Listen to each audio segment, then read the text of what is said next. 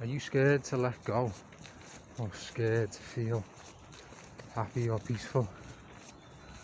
What I mean by that is sometimes these moments come along and it's like, yeah, everything's good, feel good, trusting that everything's going to be fine. And some people, even when they get to that moment, that's a scary moment, and something comes in, it's like, but what about, or what if, something or other. And that's an interesting thing. I can relate to that.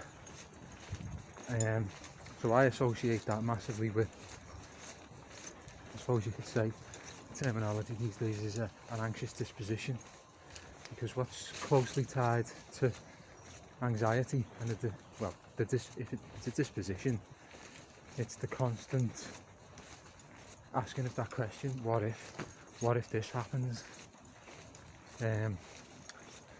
So it becomes obsessional, and it's a survival response, because it's all geared towards what are the potential threats that could harm me or my situation, something along those lines.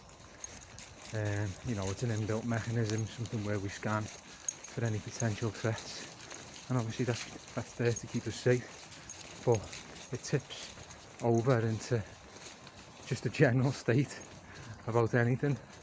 And if you wanted proof that's not a mechanism that's actually working properly and doing its job, it's in that moment where we feel good, we feel peaceful, we don't feel or see a threat, and it doesn't allow us to feel that. It doesn't allow it. It has to constantly keep going back into this mindset, but what if? And it's fooling us that there's a sense of safety within that, because what's also tied in with the anxious disposition or anxiety and the asking of those questions and that state of mind is a sense of control. So it's being able to control everything past the present moment.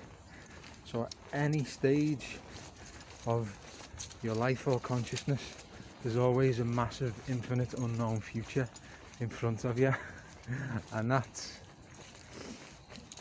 funnily enough, it sounds funny to say it, but that appears to be something that a lot of people are uncomfortable with. And when you look at this more deeply, a lot of what we do is all about trying to have some say or trying to have some control in this vast ocean of unknown. And the anxiety disposition actually helps with that. It helps us know things that's going to happen in the future, or at least think about them and plan ahead for them so they don't happen. But look at what it does. It stops you enjoying when things are okay. It doesn't feel safe to feel okay and trusting. There's a massive relationship between this, being able to trust in the unknown, and the anxious disposition, which won't allow for that. It can't. It's not safe to be in this realm of the unknown. Come on. So, something to think about. And you don't have to suffer from an anxious disposition to be familiar with that, to experience that in such extreme ways. That just is just a severe case, having an anxious disposition.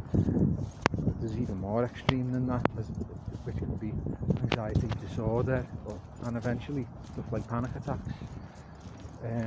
But they're just extreme cases of what probably most of us are involved in doing in some way, even if you don't suffer from anxiety per se.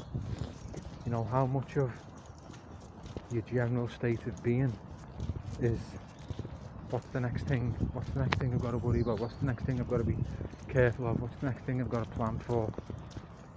There's a huge relationship with this, and the actual feelings of contentment.